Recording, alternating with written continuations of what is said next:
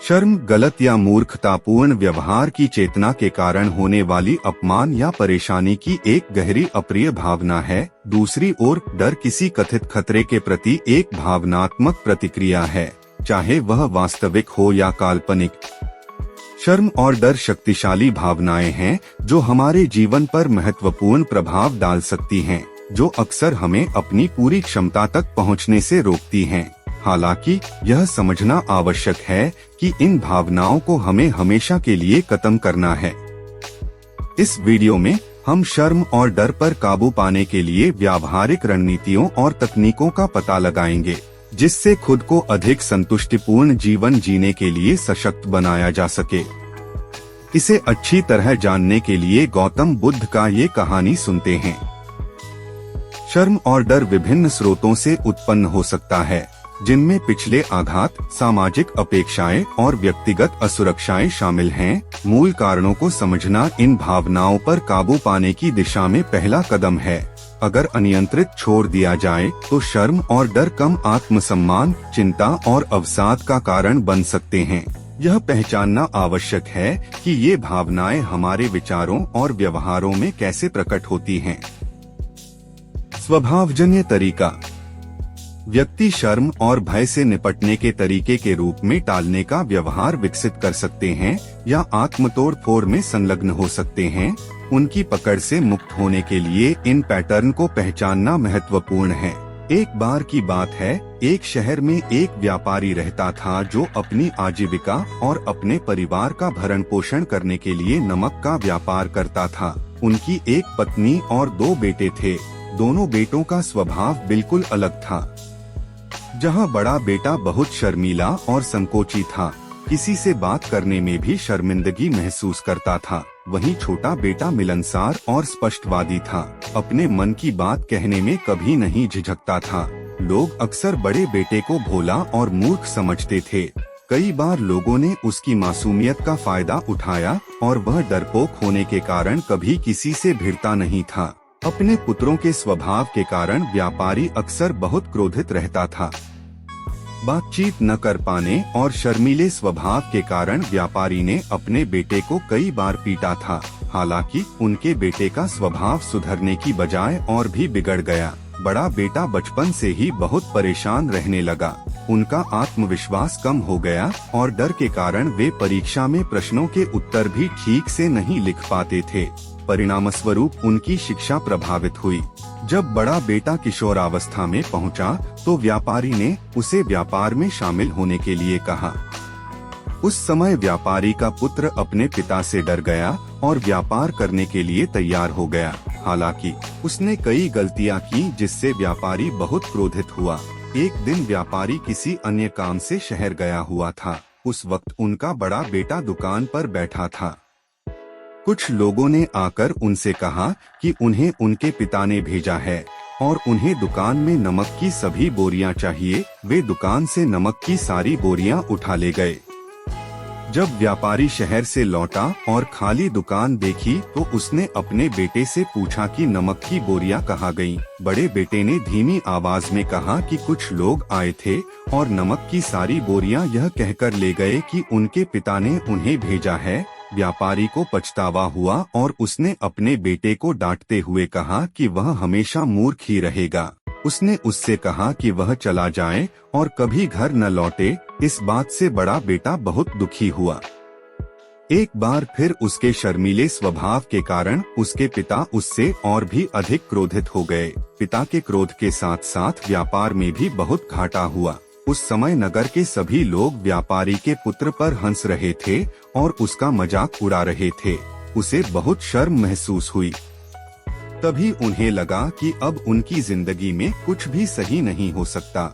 वह सदैव मूर्ख ही बना रहेगा और कभी भी समाज में लोगों के साथ मिलकर नहीं चल पाएगा। व्यापारी का बेटा शहर छोड़कर नदी के किनारे बैठ गया और बहुत रोने लगा। गहरे पानी को देखकर उसने सोचा कि इस असफल जीवन जीने से कोई लाभ नहीं है। इससे तो अच्छा होगा कि वह इसी नदी में डूबकर अपनी जीवन लीला समाप्त कर ले। जैसे ही वह नदी में कूदा, एक बौद्ध भिक्षु ने उसे बचा लिया और नदी से बाहर ले आया। व्यापारी का बेटा बौद्ध भिक्षु पर क्रोधित हो गया और उससे पूछा कि उसने उसे क्यों बचाया है। वह यह असफल जीवन नहीं जीना चाहता था। बौद्ध भिक्षु ने उसे समझाया कि जीवन केवल एक बार मिलता है और यदि वह जीवित नहीं रहेगा तो असफलता से कैसे उबरेगा और सफल बनेगा। तब व्यापारी के बेटे ने कहा कि उसके शर्मीले और अंतर्मुखी स्वभाव के कारण उसका जीवन समस्याओं से भरा है। उसके स्वभाव के कारण लोग उसे मूर्ख समझते हैं और यहाँ तक कि उसके पिता भी उससे प्रेम नहीं करते। तब बौद्ध भिक्षु ने कहा कि केवल उनके गुरु ही उनके प्रश्न का उत्तर दे सकते हैं और उन्होंने उन्हें अपने गुरु के पास ले जाने की पेशकश की। व्यापारी के बेटे ने पहले तो किसी से बात करने से इनकार कर दिया और आज अपना जीवन समाप्त करना चाहता था। हालांकि बौद्ध भिक्षु के बार बार समझाने के बाद वह उनके साथ जाने और अपने गुरु से मिलने के लिए तैयार हो गया। बौद्ध भिक्षु व्यापारी के बेटे को एक आश्रम में ले गए जहां उन्होंने एक पेड़ के नीचे बैठे एक व्यक्ति को ध्यान में डूबे हुए देखा।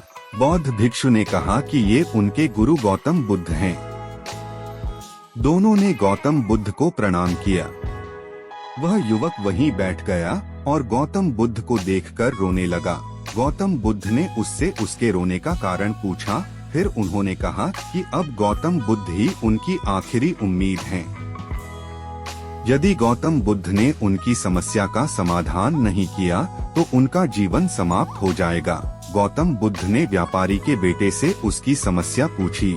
फिर उन्होंने बताया कि कैसे वह शर्मीले और अंतर्मुखी स्वभाव के साथ पैदा हुए थे।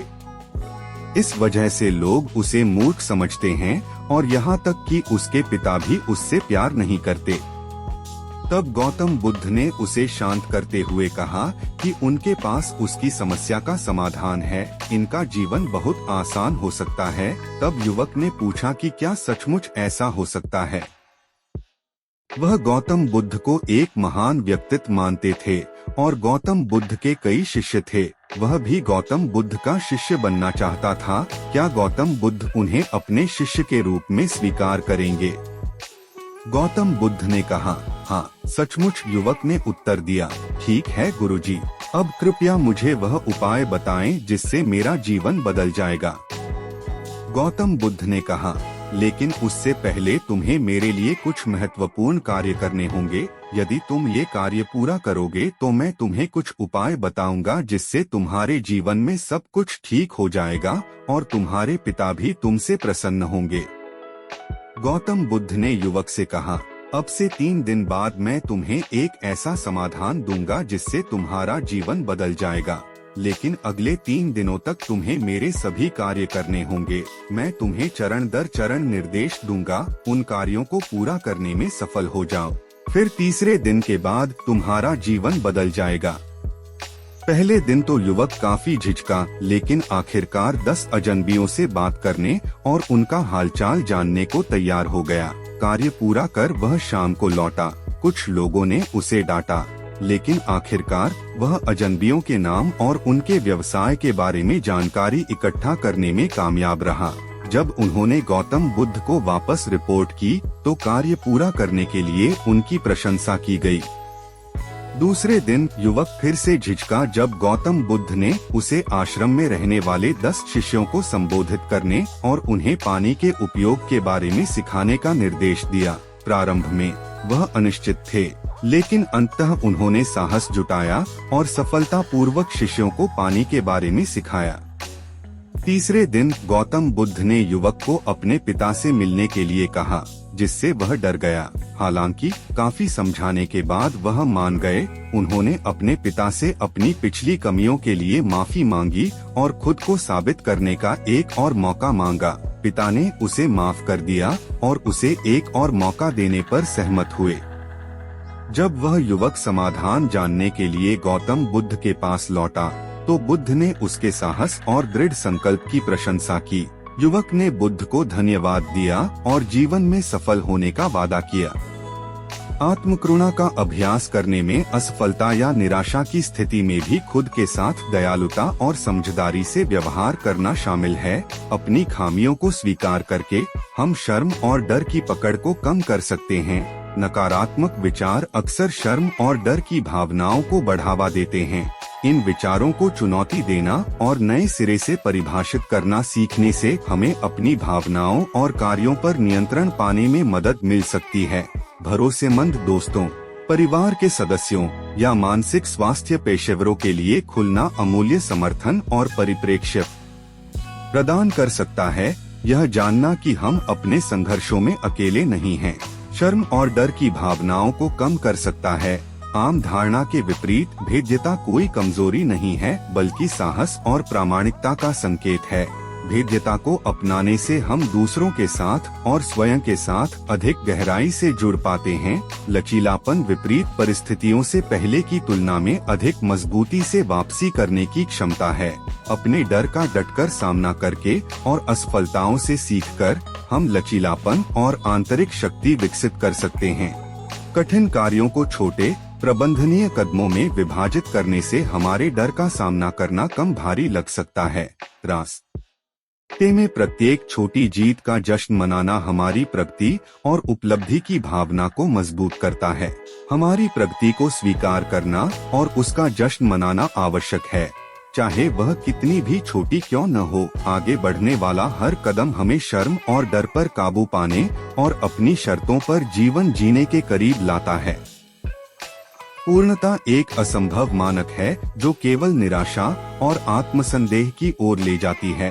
अपनी खामियों को स्वीकार करने से हमें अवास्तविक अपेक्षाओं को त्यागने और अपने प्रामाणिक स्व को अपनाने की अनुमति मिलती है। गलतियां विकास और सीखने के अवसर हैं। पिछली असफलताओं पर ध्यान केंद्रित करने के बजाय हम उन्हें व्यक्तिगत विकास और आत्म सुधार की दिशा में कदम के रूप में उपयोग कर सकते हैं। ग्राउंडिंग तकनीक, गहरी सांस लेने और शरीर के स्कैन जैसी माइंडफुलनेस तकनीकें हमें शर्म और डर की भावनाओं का सामना करने पर वर्तमान और स्थिर रहने में मदद कर सकती हैं। नियमित ध्यान अभ्यास को तनाव कम करने और भावनात्मक कल्याण को बढ़ावा देने के लिए दिखाया गया है। मन को शांत करने के लिए समय निकालने से हमें अपने विचारों और भावनाओं पर स्पष्टता और परिप्रेक्ष्य प्राप्त करने में मदद मिल सकती है। कभी कभी शर्म और डर पर काबू पाने के लिए पेशेवर मार्गदर्शन की आवश्यकता होती है। चिकित्सक और परामर्शदाता हमारी व्यक्तिगत आवश्यकताओं के अनुरूप मूल्यवान उपकरण और सहायता प्रदान कर सकते हैं। कुछ मामलों में शर्म और भय से जुड़ी चिंता या अवसाद के लक्षणों को प्रबंधित करने में मदद के लिए दवाएं निर्धारित की जा सकती हैं। सभी उपलब्ध उपचार विकल्पों का पता लगाने के लिए एक योग्य स्वास्थ्य देखभाल पेशेवर से परामर्श करना आवश्यक है। अंत में, शर्म और डर पर काबू पाना एक यात्रा है जिसके लिए धैर्य, साहस और आत्मकरुणा की आवश्यकता होती है। इन भावनाओं के मूल कारणों को समझकर और इससे निपटने के लिए व्यावहारिक रणनीतियों को लागू करके हम अपने जीवन पर नियंत्रण पुनः प्राप्त कर सकते हैं और आत्मविश्वास और लचीलेपन के साथ आगे बढ़ सकते हैं।